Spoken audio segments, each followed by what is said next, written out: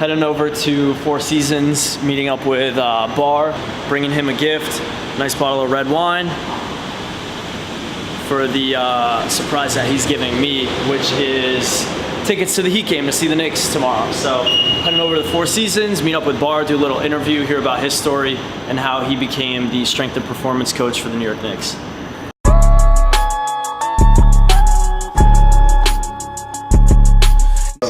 How you doing? Good to see you again. What's the story here? Because now it's like Bar, he is a strength and performance coach for the New York Knicks, right? You pretty much direct that. I'm director of all of it, man. I oversee all the sports science, so like all the cool technology, the gadgets, how we measure like how much people run on the court, the heart rate response, the readiness through different like tests that we run, all the way down to the lifting of the weights. So this dude knows all the pro athletes, which is pretty cool. Yeah, it's cool. I've only worked in pro sports. That's the crazy thing. I only worked in pro sports. I worked in That's how you do it. Major League Baseball for 5 years. For 3 years, I was in minor league baseball, then Major League Baseball, and then I worked for a company called Exos, which is based in Phoenix. And then from there, I ended up. You like the NBA better? Loved the NBA. Cool. I played in high school. I was pretty good in high school. Yeah. You a guard? I was point guard. Yeah. You can't take the ball from you because it's this high off the ground. Yeah. I love the sport. I love the sport, the athlete, being able to teach. Just the camaraderie of the group of guys that we have, and I just love it, man. You're younger, and you can have a bigger impact, and you can really see the results if you really get into the nitty gritty of what each player needs. So basketball is my life, and that's my passion. Yeah. So like, take it back. How did you go from like 10-year-old Bar to like where you are now, pretty much running the entire it's crazy, man. Luckily, man, I got pictures from like 6. I always just loved basketball. That was the first thing I ever picked up, was a basketball. And I grew up in the inner city, and where at? Philadelphia. Okay. So it's all basketball. I mean, Philly is a basketball city. Every corner is a court. And I used to play, man. I used to play in the corners all the time, hang out with my bigger brothers, and we used to shoot for fun. And then, I was fortunate enough, my stepfather moved us out to the suburbs when I was 8. It shaped me to who I am based off of where I grew up. Yeah. And, I was fortunate enough to get out of the situation, but I had brothers who were, victims of the environment, which I'll talk about later. Fortunately for me, I would just go in the suburbs, and I played organized basketball out from 8 years old until 18. Until they were like, I'm sorry, but you're not Spud Webb. 100%. You can't go to the NBA. That really happened. I was recruited by a Division III school, and I was like, come on. Drove to Richmond, Virginia, to a school called VCU, which at the time wasn't that prominent, but now it is. And randomly, I was like, you know what? I'm going to try to make this team. And like walk on. Just show up and be like, I'm playing for you. I swear to God, I'm 5'7", 125 pounds. Maybe. Didn't lift weights. What are you now? Like I'm 160. So every pound I had to earn. Like, people say, oh, it's genetics. No. That didn't stop me from trying to walk on to a Division I program. So anyway, got denied. I was crushed. And I was like, you know what? I'm going to still stay here for 1 year. What'd you think you were going to do? Like when you got that rejection, what? They told me I was too small. I never lifted a weight. I was eating fast food. I was eating, oodles and noodles, like, whatever. I never really had like a regimented program to put on weight. So I was like, what do you mean I'm too small? Like, what should I do? And it was like, well, you can lift weights, you can do exercise. And they were like, there are majors you could study to figure out your genetic predisposition, your muscle fiber type, everything. Yeah. So that really sparked my interest. Got interested in like the body and how. And you can eventually maybe work in pro basketball because you love basketball so much. I was like, oh shit, you know what? I might be on to something, man. Like, opportunity to study about the human body because I need it for myself. And then 2, I can work in pro sports. Spent the entire year studying, and I went back to Philly so I could save some money. And that was the school that recruited me. So now, basketball Jones. So I'm on the college campus. I declared my major, and I'm like, I can make this team. They recruited me. It's only been a year, and I'm stronger and bigger because I've been lifting weights. Anyway, same process. Tried to walk on. Actually held my ground. Crushed the workout. Crushed the point guards that they brought in, recruited. And I remember the coach was just like, look, we brought in 3 point guards. We can put you in our, you can do our practice squad.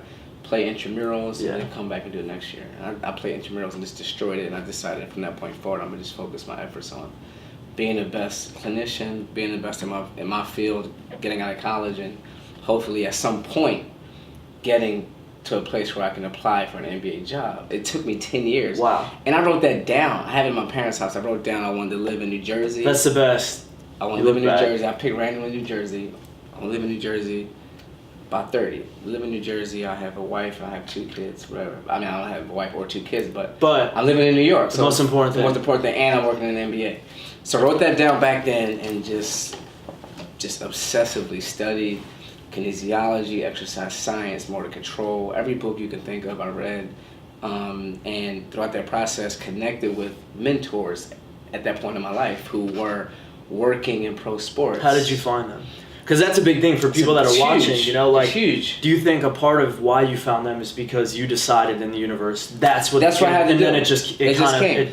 But you have to put the action. Itself, you have to put the action to it, right? You can't just say, okay, I want to do this and then sit back and And just studying alone and learning isn't going to get you. No, you have to put action, and a lot of that is putting yourself out there and being uncomfortable because you might get told no. But see, I already had experienced heartbreak twice, so I was like, at this point, my courage was already matured. Like, deep. You were growing up like, I'm gonna be an NBA player. Yeah. So I was already strong enough to take the initiative to go meet someone I thought that could help me get to where I needed to be. Yeah. So in Westchester, there was like a bulletin board. It wasn't social media. It wasn't digital stuff. You had to physically go into like the student lounge, look at the bulletin of jobs, and then pick it, call. Back then, it's 2001, 2002.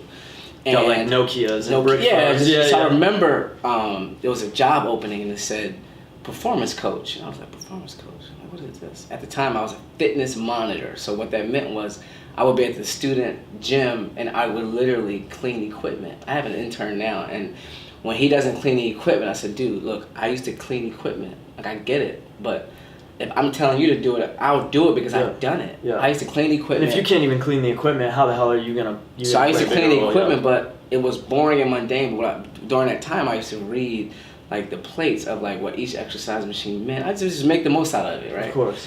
So when I saw this job opening, and it was like performance coach, you train elite athletes. So I'm like, oh, this is right up my alley.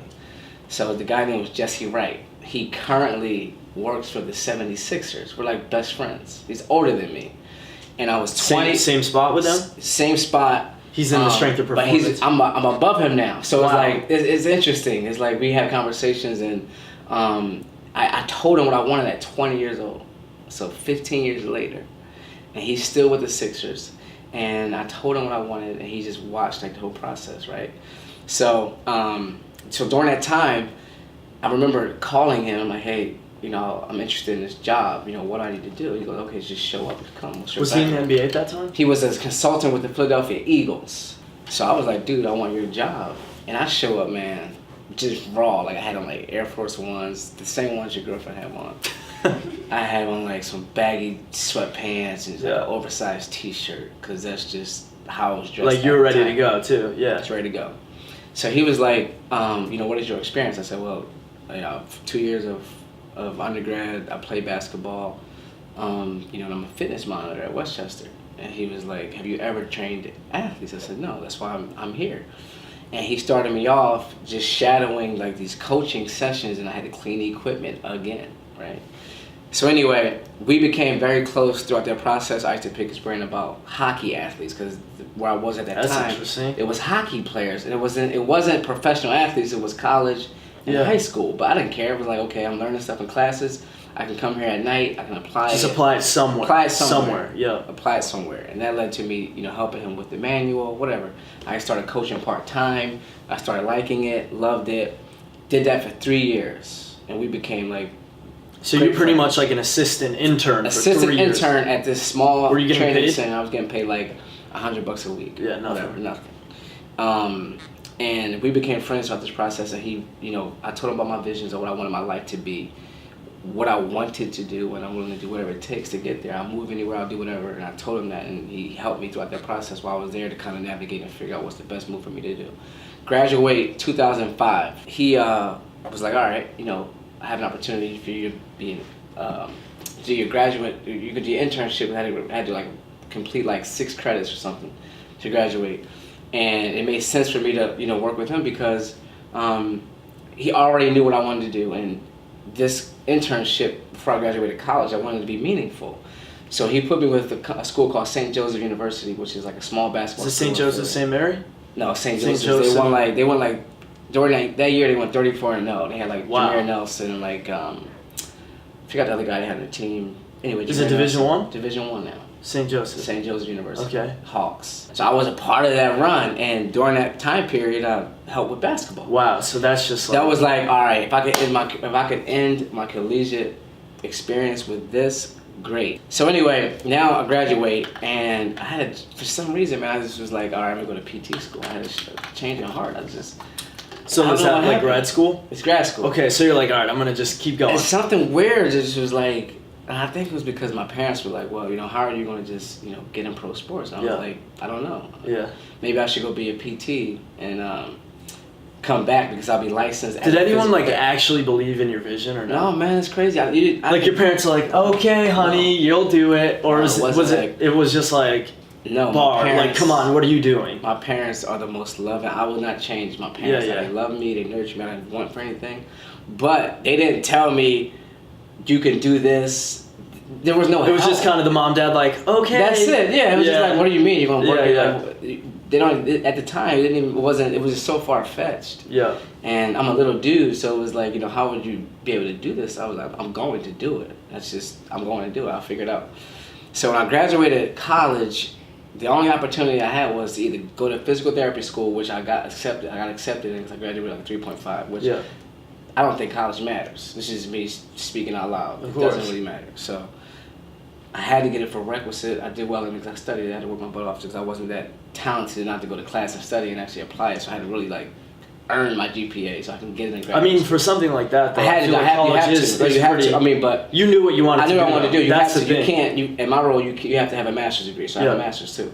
But I think you don't have to. Your GPA doesn't really correlate to success in the field. It's your application and practical experience. It's your field experiences. But if you're in there, you gotta study. Yeah, like you gotta get it. You can't at this level. You can't make a mistake. No. Like you just can't make a mistake. So if you ask me a question about your wrist, I'm so programmed that it doesn't matter if it's you or one of our players. I'll look at your wrist the exact same way. Or if you want to get big, whatever the question is regarding your health and wellness and medicine. So how do I get big? But no, it's the same. He's like, don't be vegan. It's the same. It's the same thought process. Yeah. So now I'm like, okay, I can go to graduate school, or I can be an intern for this minor league baseball team in Hickory, North Carolina. I'm not making this up. The Boston Red Sox and the Dodgers are playing tonight. My 2 best friends from that experience are on the teams, and they sent me a selfie, and I was like, damn, like that's what they wanted, and this is what I wanted. But we all were in baseball in 2006, and they're in the World Series. They sent me a selfie. Wow, yeah, they're in this year. Yeah, This year. Wow. That's kind of crazy. No, it's crazy. It gives you the goosebumps. Let me just show you, dude. It was like, where did you meet? I saw this in minor league baseball. We all were there our very first year. They sent me this, and I was just like, bro, this is them together. Wow. They play tonight, and it just was like first game is tonight, right? First game is tonight. I just was Who you rooting for? Dodgers, man. Yeah. Yeah. So, anyways, man. So I decided to go minor league baseball route. And I was like, all right, I can be a physical therapist and come on, make. You're just trying to get any door open possible. Any door open. Yeah. And I never left. I didn't really. This is my first time I ever left home at this point. I mean, physically leave. Like states away. And I was like, I don't want to go. I don't want to be a physical therapist and graduate with $60,000 in debt. That just turned me off. And I was like, okay, if I graduate with that, what am I going? What would I make if I was a PT at a clinic working with pro athletes? And they told me the numbers. I was like, I'd rather just sacrifice a few years, make nothing, and figure it out later. Yeah. And I decided to take the route of minor league baseball, and it changed my entire life because. So did you complete grad school? So now I'm gonna get to that. Okay. So I put that off. Okay. And so you did 4 years. I did 4 years. And then it's grad school. Start for pennies. I was like, I'll start with pennies. Yeah. I started working with pro athletes right away. Even though it's minor league baseball, you're still working with people who are drafted to play. Top of the game. Yeah. Top of the game. They're the best high schoolers getting drafted, best college players getting drafted, whether they're MLB or low A, it's still the best. So I just threw myself into the fire. But here's the thing: I never played baseball, and I always wanted to do basketball. So they were like, "Well, why are you here?" I said, "Because I know basketball, I love basketball, and it's pro sports. If I can learn something from this experience, I'm sure I can apply it once I need it, once I get back to what I really love to do." So I sucked it up. So I did baseball for 5 years and topped out in the major leagues, and I still kept. Wow, so now you're like 27, now I'm 27. 5 years in minor leagues. 5 years. Of almost like you just had enough to live. 5 years of it. And I was dating a girl who was like, look, you need to figure it out. Because I was going back and forth between Bradenton, Pittsburgh, and Indianapolis, and she lived in Philly. And I'm just like, I don't know how I'm gonna do this, but something has to work.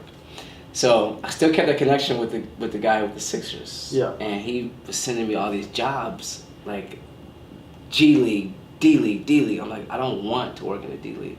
I just spent 4 years and then 1 year in Major Leagues with Pittsburgh. I can't do minor leagues anymore. I paid my dues. I don't want to do it. So I got out of baseball and I moved to DC, bought a house, proposed. It's crazy. Completely misaligned with who I am as a person. Yeah, you're just like out of my mind because I was like, all right, I can't just live like this. I can't just be obsessed with this purpose and you're like, I gotta become an adult. No, seriously. Yeah. I started working for this company called Exos as a contractor. So you went corporate. I hated my life. So listen to this.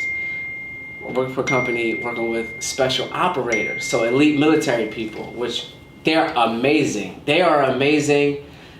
Their level of just cognitive functions are outstanding. Them as people, extremely sharp. The most elite people I've ever worked for. But on the backside of that, I wasn't aligned with what I told What are you, myself. 9 to 5, 8 to 5? I was 6 to 3. But on weekends, so one of the guys I met in baseball was working with the Knicks. So in 2009, when I was in Bradenton, he quit baseball, started working for the Orlando Magic as an assistant. And he was like, hey, why don't you come help me with some heart rate testing? So I used to drive from Bradenton to Orlando just a couple days a week if I had time. I was helping this guy, and then he, during the NBA lockout, was 2011? Secretly applied to the job with the Knicks, didn't tell anyone. So he got the job. So he called me like, hey, I know you're living in DC now, but because we were at the time, I was using like all these different like technology tools, all these different things with the military because the government has so much money. I just buy everything. I just test it out for the government with these operators to see if it worked. And I was doing mentorships. I was doing a lot of teaching because I had to, because soldiers, they needed to know, because when they go down range, they had to be educated. So this is training me to just teach. So he invited me to training camp. And for the Knicks. And you're like, I'm like, dude, I'm in. Yeah. Yes, sign me up. So I go to training camp and I help him out with training camp. No pay. I pay my own way. Just for the experience. Told my job. So you invested in yourself. Invested in myself. I mean, you've been doing that now for like, if you're 28, for the last like 9 years. Yeah. So then, the following year, now it's 2012. He's like, dude, I got a position for you, man. You should apply for it. And I remember vividly, it's an assistant. You'll be perfect. You just helped out. They remember your face. I'm gonna tell our president now that you want to interview for this job. He called me and he was like, look, I can't promise you anything, but they like you. I'm gonna put in the work. Put in the work for you. Wow. So, he called me down, and when I land, I get a phone call like, dude, we just hired a player development coach. That position that we were going to interview you for doesn't even exist. I was like, what do you mean? I just flew down here. He was like, there is no the position doesn't even exist. I'm already in New York. So he was like, well, just come in and interview anyway. So they interviewed me for 3 hours, for 2 days straight. Were you nervous? Yeah, because it was everyone. It's intense. Like you're sitting with like suit and tie guys. Suit and tie. The guys paying the $60 million salaries. But there was no job, so they thought it was very admirable of me to fly down there. To just put yourself out there. With no job. So they were just like, we wish we could bring you in as an intern, but we can't afford to pay you because you just bought a house. You can't. I'm like, nah. I'm like, look, if it was a year or two later, I mean, before that, yes. But now I have responsibilities. I'm engaged. I'm about to get married. I can't just blow up that situation for free and live in New York. I just couldn't do it. So they were like, okay, well, if something changes in the end of the year, we'll call you. So then, the following year, because you're 30 now. I'm 30, and I even. You ever get scared like throughout those years? Like, wow, like I gotta go. Dude, I was scared. I'm getting ready to be 30 years old. Like I said, what the fuck is going on right now? So I actually I actually let the job go. I was like, you know what? It's not meant. I can't just live like this anymore. I'm gonna just settle down here. Yeah. I let it go. And then the following year, he left to go back to Orlando to oversee the entire department because he lived there. So he got like a promotion in a different organization. To where he grew up. Yeah. His family was in Orlando. I gotta take this, yeah. So he called me and was like, dude, I'm about to leave the team. No one knows. I am only going to recommend you for the job. But I can't promise you anything because it's the Knicks. Everyone is going to, of course, apply for the job. So I was like, do you know, like, off the top of your head, maybe how many people would actually apply for that? I'm not gonna tell you now. For interns, it's about 100. Just interns. So probably my job, you got London, Australia. Hundreds. So it's easier, and everyone has the same certifications, experience.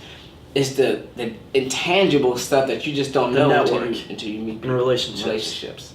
And that's why I was able to create in a short period of time, just going to visit them. I'm waiting for this build up. So he leaves. So he leaves. And I didn't think anything of it. And he called me, I remember it was like July 28th, and he's in Summer League in Vegas, and it's like a weekend. And we had a trip planned to go take my fiance at the time somewhere. Oh, man. I canceled the trip because he was like, look, they're going to call you. If you're even a candidate, they're going to call you on Sunday to come here by Monday. So he's giving you the ends. Giving me the end, but I can't promise you anything. Yeah. Bottom line is there are people with more experience than you. You don't have any NBA experience. I didn't have any NBA experience. Yeah, there's people that are in Euro League, other NBA teams. I didn't have any NBA experience except for that one training camp experience. And I played the game, and I helped out at St. Joe's, and I had a mentor in Philadelphia, and I just studied the game. But I didn't have any physical resume team experience. So, of course, yes, there are going to be guys that have more experience than me, but they can't do what I do because I study and prepare myself up to this point, right? So I get a call. So now I had like a presentation planned. My fiance left without me, just went with her family, left without me. Wow. I stayed back by myself. Yeah. And I just stayed and just crafted up this PowerPoint presentation just in case. Roger Hines, he's here now. He called me on Sunday and was like, hey man, we want to bring you in for an interview. Are you interested? I was like, man, that's a dream. Yeah, let me check my schedule. I'm celebrating like I was like so excited. I was like, yeah, I'm interested in the position. What is it? He was like, oh, it's strength and conditioning coach, but you report to a director. So I wasn't director when I first got hired. And I was like, look, you were kind of like a manager, and then like a GM would be running you in a sense. Yeah. Okay. I had two people. I had two people above me at the time. Yeah. Two people I would be reporting to. And I'm like, yeah. I mean, look, I've been waiting for this opportunity. I study the game. I also have some soft skills with computer stuff that I can show you guys that will help that you aren't using because I see what you are doing. I think I'm the most qualified applicant to get this job. I said other stuff I can just learn. So I just told him that. And I got to the interview. They already met me once, but now this is serious because you're asking for a position that's open. That's open, and we need to figure out how can you help us move forward. So they interviewed me for another 5 hours. They took me out to dinner. It took me out, and then the next day I left, and then that was a Monday. I got a call on like Wednesday saying that the job is yours if you want. That's fucking man. That's awesome. So now you're 30, almost 31? 30. I'm 30. It was just, wow. This was August. So you got the job. I just turned 30. August. So now I gotta tell my fiance I'm moving to New York. And I already knew like it was gonna be like I knew it was either okay, you're either gonna stay here or you're gonna have to just be heartbroken, man, and just go with what you wanted to do since she just got a job as a nurse. Just got a job. So it's like she had to drop everything to help you with your dream. How did that go? Terrible. You guys Split. So then, so anyway, moved to New York. Things are great, man. So in the Big Apple, you're like, Big Apple, man, and at the time it was a veteran team. Guys were older. When you got in there, 12? 13. 13, okay, so... They had just won the division the year prior to that. Yeah, I'm trying to think of who was on the team. My first year, it was... Flash me back. Carmelo Anthony. Yeah. It was J.R. Smith. Yeah. Metta World Peace. Okay, now I remember. Martin. Yeah. Was Gallinari on the team? Amari Stoudemire. He wasn't there yet? Raymond Felton, Iman Shumpert. It was a guys veteran were team. stacked. Tim Hardaway he's a rookie. So we go back to 2013.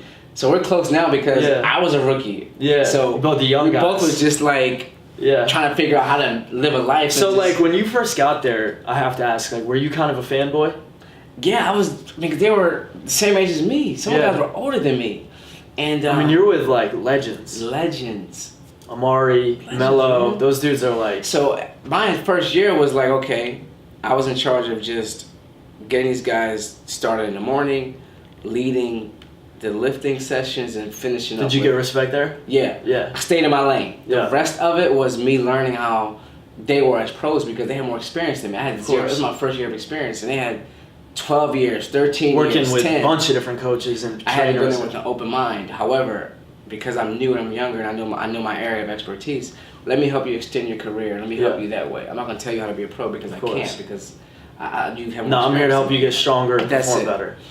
Now it's totally different, but then I was nervous, deer in the headlights, and just was like... We talk about having like a friend hat and a business cap, and I feel like when you first get in there, you want to be the friend. You want to be like, friend. wow, this is so awesome. And you want them to like you. Yeah. But it's a fine line. It's like, because you're so young, and I remember vividly, man, they were like, look, you're young enough to relate to them, but at the same time, like, you're here to do a job. Don't engage in the other activities. Yeah. And what always, kept me anchored was me at 8 years old, what I wanted to do. Like, okay, I'm not going to ruin my opportunity to be like... So you're advised to keep it kind of separate. Keep it separate. Yeah. But some of the guys are old enough, you can have dinner with them. I used to have dinner with Ray. He's the same age as me. Melo, will have stuff at his house we would go to. But I never did like the late night stuff. If there was activities, I never went. And that's where I got to meet Melo one day. That's where my respect was gained. I didn't go to any of that stuff. Yeah. I just kept it professional, and we were friends because I got to know them as people, which allowed me to tap into what made them tick, what made them... And these guys are normal guys. Normal guys, man. They're normal guys. They get up and do the exact same thing every day, and they live in a bubble. A lot of times they don't even want to be around people they don't know because they just want to be themselves. And they're the same. Play video games, play cards, talk about the same things. They just have a lot more scrutiny and a lot more people watching them. Of course. Than the average person, but not they're great. So you think that's what kind of makes them be in that bubble? Yeah, it's because there's so much noise. There's just so much noise. So much everywhere. noise, yeah. everywhere. But this is my going into my 6th year is my 5th coach. How do you feel? I mean, every year, for me, it's it's a rebuilding process. So, me is you got a lot of young guys. The toughest thing is just the rebuilding, but my mindset has shifted because the team is so young. So we're talking about every day the schedule has to be laid out the night before. I'm not seriously. Yeah. About what time you get up, what time you have breakfast, what time you train, what time is the bus, how do you get your clothes, what do you have to practice, what do you do before the game, how do you prepare for the game? Okay, game's over. How do we recover? How do you recover and get ready to get... What time's the bus? How do we get into the city? I mean, it's literally that every single day. And the minute you don't do it, some of the guys don't know how to function. And you have to remember that. And it's like being a teacher at a school. And knowing who needs attention and who doesn't. Because there's ups and downs of the game. Yeah.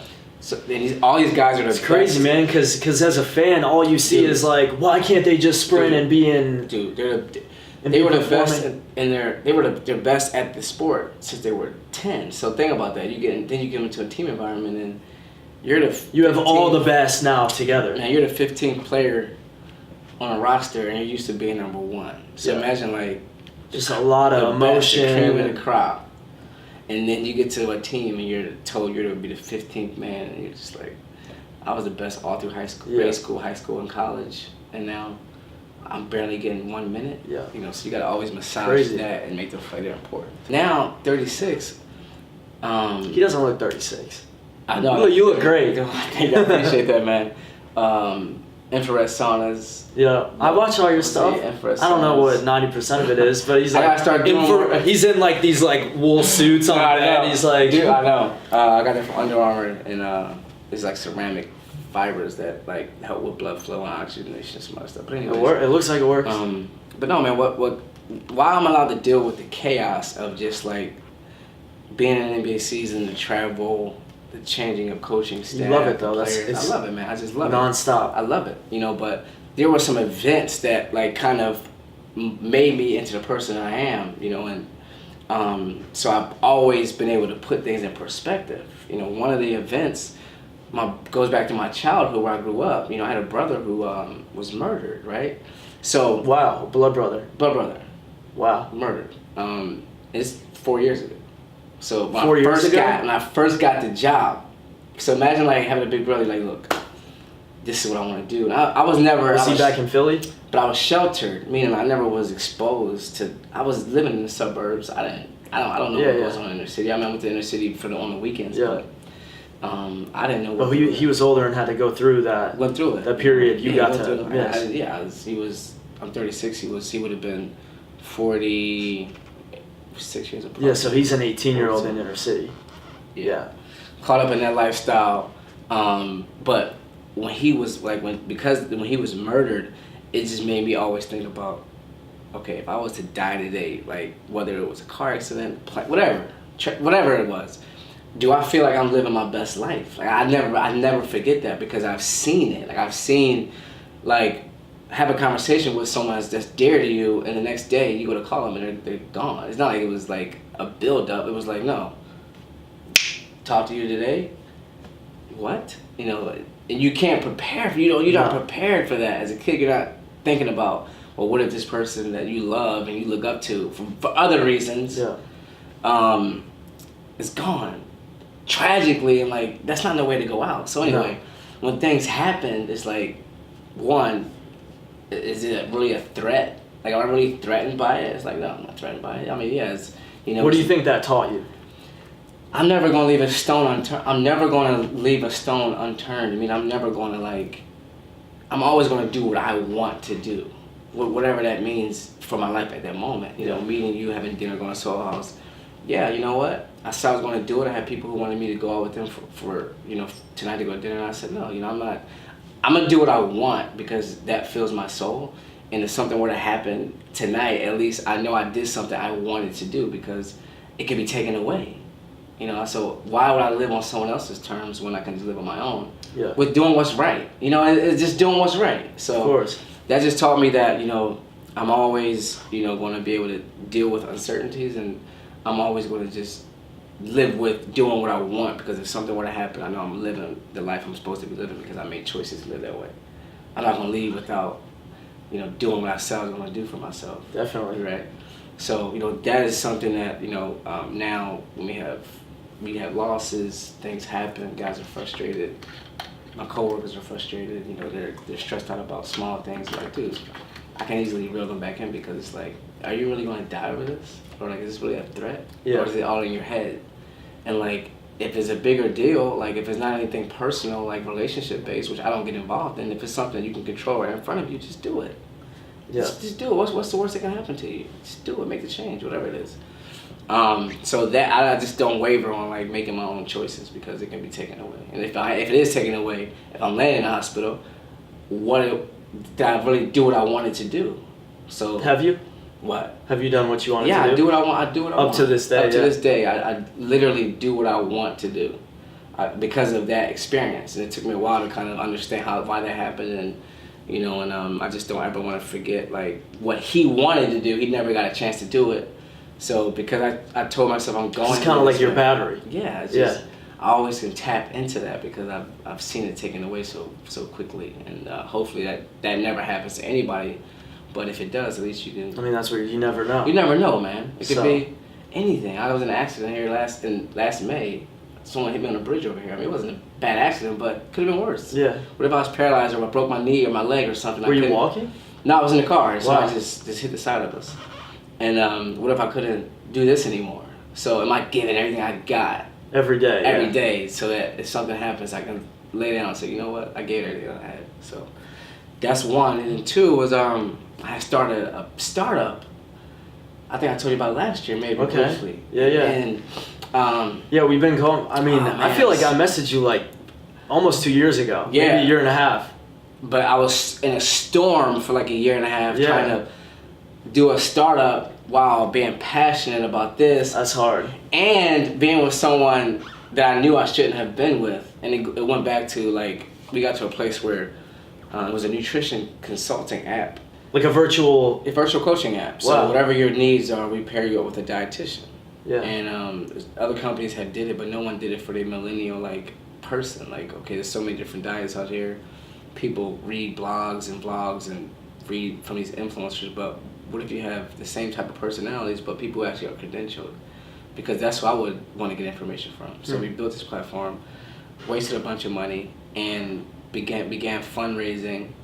And I used to be in these meetings, and I used to just learn about like, you know, churn rate, scale, all this stuff I never learned about. And when we got to this meeting in last April, and the guy was like, you know, I'm gonna give you guys $1.5 million if you can do X, which was very, very easy to get. And I was just like, do I want to marry this guy? Like, would I marry this guy? Yeah. 'Cause a business, I mean, it has to be people with the same Yeah, values, yeah. integrity, the same goals, the same Beyond vision. just a check. Beyond just a check. Yeah. So I took a real hard look at like, you know, would I be willing to, if I leave my legacy with this guy? Like if something would have happened, we fundraised, we were evaluated at like 100 million because the goal was, I mean, we were like, okay, the other companies are evaluated at 50, we can do better than 50. And you know, we were evaluated like $1 million with minimal minimal engagement. Just an idea. Just an idea Yeah. with a few paying customers. And I'm like, damn, it's just showing me that, okay, we're savvy enough to raise $1.5 million. Someone's gonna pay us $1.5 million to take this idea and run with it. And I just don't think I'm good for this person to leave my legacy to. So I quit. It didn't feel right to me, right? That's but wild. within that, we had 10 dietitians being paid. We had a social media person. Yeah, I mean, that money's gone. It's not your money. It's, But we it's had a going- business. So then, by me stepping down, that was a failure. For you. For me. Personally. Personally, Yeah. it was a failure because it was like, okay, like I failed at Did you that. burn a bridge? when you Yeah, did that? I burned a bridge with like, because I Partner. was using, one, I had so many connections. So I was running around the city like hosting like fitness classes. I had like VCs, business angel investor friends, and I'm just like going 100 miles an hour with this idea. And then just like, Then I pull the just brake. Pull the brake. And the dietitians that I had were just like, well, what happened? I said, look, be honest with you, you know, this person wasn't the right fit for me, and I just didn't want to, you know, Sell out. I Really? just didn't want to. Yeah. I'd rather do it now when there's not much capital invested than Yeah. wait 5 years from now, and it's a lot more money on the So what have table. you been focused on the last year? So I felt at that, and that just taught me a lot about, okay, keep the main thing the main thing. That's what I was getting at. It's like the main thing for me has always been sports, and it's always been basketball. Like the business side, the branding, I learned stepping out of sports, which for me, I wasted like what, maybe like, I don't know, 15,000 on this business, which isn't a whole lot in the grand scheme, but it's still money wasted. Of course. But I invested that for business information I never would have gotten if I'd have went to like a virtual school. No, I wouldn't have got that. You got to learn it by doing I was it. in the trenches of doing Yeah. this. Up at night, calling people, scheduling meetings, using like Evernote, Trello, Google. I mean, all this stuff I Yeah. never even thought of. Can you put that on my calendar? Yeah, on you know, the yeah. 31st next month? Seriously, You're like, you know, and like, but you know, that just taught me a lot about failures and just, you know, really kind of just always staying in line with the people that you value, and like, don't connect yourself with people that you know don't have the same values as you. Like, I mean, I'm just a big believer too that like your strength of performance, like that's it. If you want to be the best at it, that's all that it can be. Yeah. Because the second you take energy going over there, someone's beating you. and then that's my point. So Yeah. it's like, that's why I'm gonna get to. Now I'm gonna get to this third thing, which it involves my girlfriend. So that distracted me from what I'm obsessed about, And what you just said was like, I'm never going to like my integrity of who I am as a person. I always said I wanted to be this. Everything else hard around to teach someone how to. Man. Until you have to. You got to figure it yourself. Yeah. If you're great at something, everything else is going to come because you're great at what you're great at. Just be great at it. Yeah.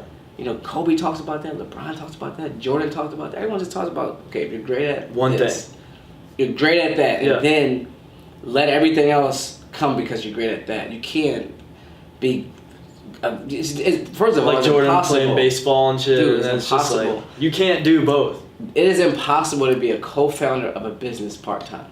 Yeah. It's impossible. It is. Unless you want to half-ass it. Yeah, it's impossible. And then you're going to half-ass everything in your life, impossible. you know, So it's best for me to step down because I wasn't ready to lead the team because I haven't. It's hard to explain to people, too. It's hard to explain to people. You can't do anything half-assed. You either be great at something and own it or step out of it because everyone's going to suffer. Have you met anyone like Kobe, Jordan, any of those guys? I met like a legend. Who's the most influential person you've ever met? Who did I meet? Athletes. Well, I haven't met any. I'm dying to meet Kobe. I met Allen Iverson. I've met.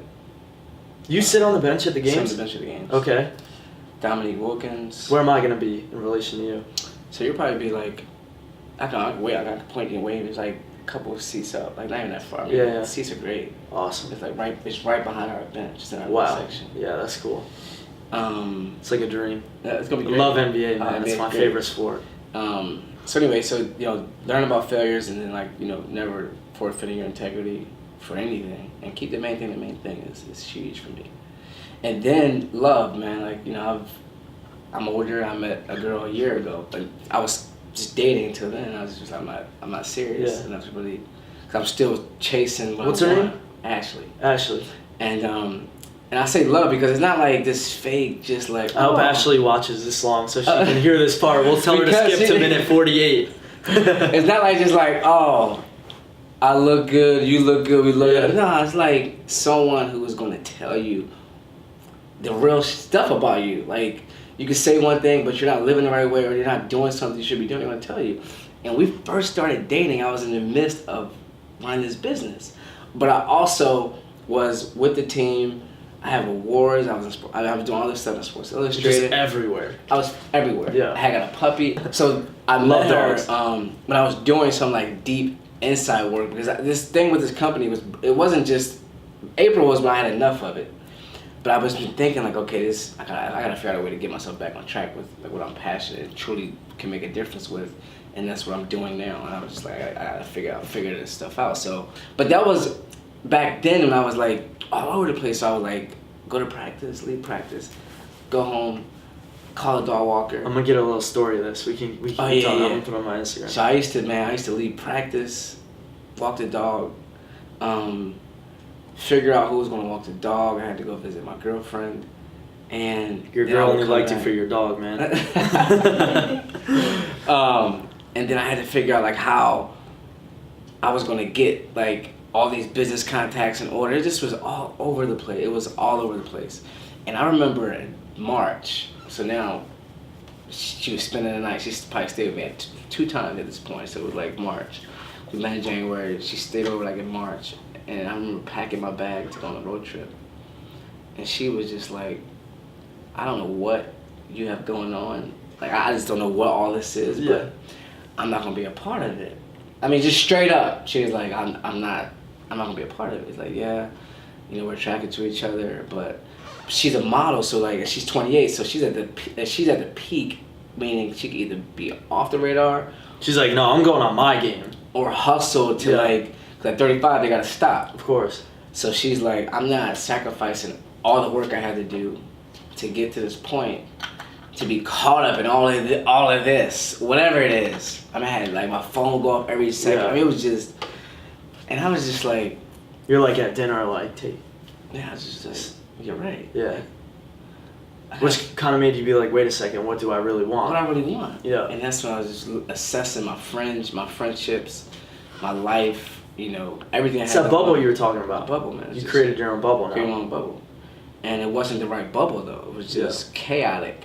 And that was the first person I met because I always had this mindset of I'm gonna just do what I want. I still do because of the experiences, but it's not. I do what I want now based off of what's the right thing to do, and that's how I get fulfilled. But I was just like, okay, if I want to do this, or I had this idea, you're not gonna tell me what I can't do. I'm gonna do it. Like, you weren't with me throughout all these years, and you see what I had to go through to kind of get here. I'm gonna just do it. But she was the first person that challenged me that I could be better. She was like, you can be better. Like, you could just be all this you have going on. If you just stick to what you love, you could be better. Like, you got this far. You met me. We met, and I wasn't looking for. It's kind of funny because the first 10 years, it's like, I want that, and then you get it, and then you're like, I want that. Yeah. It's a perfect example of that. No, that's exactly what happened. It was shiny, right? Shiny. The business was shiny. Shiny. So she was like, asking about my childhood and just asking the same thing. And I just told her everything. And she was just like, well, why do you have all this stuff going on? I just don't get it. What are you searching for? Like, what do you want? And she got me back, like, thinking about what I wanted, because I was searching for that business and being an entrepreneurial one. I can still be that later when I'm done doing what I'm supposed to be doing, which is... I mean, who knows what... I mean, that... It's almost endless, too, and that... It's endless. I was winning... here to here to here to here. And I want to win a championship. And what do the guys do that are the executives? They're businessmen. They're businessmen. They have... Yeah. So, take that experience, back it up, and focus and win a championship, and then that's when you can be a businessman and go from there. But... she showed me, she loved me enough to tell me straight up, like, you're okay, like, you're good right now, but you could be better if you just do this, because she did it for herself. And to this day, it's just... Now those last 6 months, 8 months, 6 months has been great, man, because she can call me out, I call her out, whatever it is, like, vetting ideas, just vetting anything, and it's being vulnerable, really. So I had to be vulnerable enough for myself to be able to allow coachable. Yeah, man, and I never had that from someone who is younger than me. One, of course, and she can kind of sometimes be absorbed in herself, and I had to think about what I could be doing better, because she don't need to tell me, because she could be focused on herself. Yeah. Anyway, so that type of love from a woman I never had, and now I'm older enough, I appreciate and respect it. And I'm allowing that energy to flow into everything else I have going on. It's been great, man. It's a game changer for me. It's awesome. It's been a game changer. So those 3 experiences what really got me to a place where now, okay, you come to see me, I'm quiet as Miami. I'm just chilling. I'm just relaxed. And you guys got a game tomorrow. We got a game tomorrow. Fanboy questions. Yeah. Who has been your favorite player to watch since you've been in the league? We'll start with on the Knicks. Okay. Can you do that? Yeah. Okay. In the last 6 years. I mean, obviously, it goes without saying, probably Carmelo. Yeah. Because he's just talented. He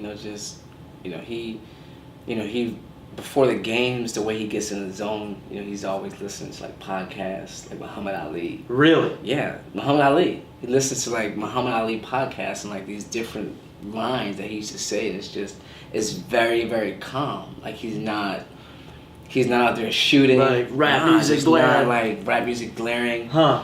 It's like this inner just peace that, he always had. So he seems like very like mellow dude, no pun intended. And a lot of times he's not, seen out there, being super loud with his voice, but the way he carried himself as a professional, being quiet through adversity and then going out and scoring a bunch of points. You can rely on those points every night. It just was amazing to watch the process of doing that. The calmness that he just always displayed throughout the chaos of living and being in New York City. I just think that I'm fortunate enough to see that, during my time, and getting to know him as a person is watching just how that inner peace is something that he always talks about, in public. I've been able to watch that and see him like score a bunch of points, and I saw him score 63 points against Charlotte. I was there. And that game, it was the same process. So whether he scored 8 points or 63, the way he prepared for a game and showed up at the arena was always the same. And you don't always know that unless you're behind it and see it. That's crazy. What about favorite player to watch in the NBA in general? Probably. Like who can you learn from? Like what are players you watch and you're like, he's working hard. A player I enjoy watching mature is probably Giannis Antetokounmpo. Oh yeah. Because I've seen him when he was 18. The same year I came in, he was 18. He didn't play much, and then watching him grow into an all-star. That's pretty crazy, actually. Yeah, and he's a freak. I mean, he's a freak. He's 6'11", can run and jump like a guard. But at 18, when he was drafted, and we had his brother on our team, the Nassas, and hearing their story about how, growing up in Greece, right? in Greece, they didn't have any shoes. They used to share basketball shoes. And he was drafted with potential. And watching him grow into an all-star 6 years later is just amazing to watch. So from a growth He's standpoint, young dude. He's like 24. 24 now, maybe going. He's to my age. Yeah. That's crazy. And then favorite player to watch probably is because I see his pregame routine is Stephen Curry. I see his pregame routine. So he practices all those shots. So all the crazy shots. Like the crazy. He practices those. Yeah. So in a game, You're like, oh, it's so under lucky. duress, no, he's practicing those shots. It's like a 15-minute workout before the game. I'm the angry fan if my team's winning out, so I'm like, that was lucky. Yeah, and then you see the pregame and he's doing that exact. Yeah, you see the pregame. I mean, he's doing those shots. So you think about all the hours and like granular details of making those shots. He's programming that stuff into himself for hours and hours and hours and hours of the day. And then you watch and see it when the lights are on. It's like amazing to watch. He's not that big. He's 6'3". Yeah. I mean, when he came in the league, he 200 was pounds. small. So watching 6'3", maybe 160, 170. So being able to watch that and seeing that pregame routine and then going out and actually doing those shots, it's been a joy to watch up close. What is, I'll end it with this. What's your favorite part about working in the NBA? The perks, hanging out with like the guys. It's probably the I wouldn't even say the guys. It's the level of experience that you get from being on a coaching staff, because these are guys that they've all played at some. It's a confidence thing, right? So, they're obsessive about their area, right? And they all have more basketball experience than me. Again, I only had 6 years in the NBA. It's just cool. I think everyone in their position is the best possible. And that's the beauty. And that coming together. So it's always forcing you to get better, because your head coach might text you. Everyone's at midnight. a CEO. Your head coach might text you at midnight and be like, "Hey, what's up with this player's feet? It might be he don't even play on the team. I mean, he don't even play in the game. Yeah. Can we improve his foot quickness? Because I'm watching him in practice on tape and." He's not. And you're like, this man at midnight is watching tapes. And you're like, all right, I'm out. Yeah.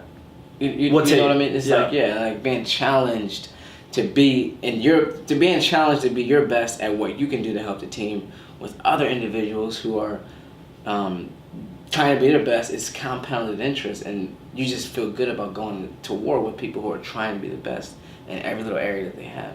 And that's the most enjoyable part, because you never cannot do enough, and you're always going to evolve if other people around you are trying to evolve. You don't have a choice. 100%. So that's my best part about being in the NBA. Awesome. Appreciate you, man. I appreciate it, man. Let's get some food. Absolutely, man. Yeah.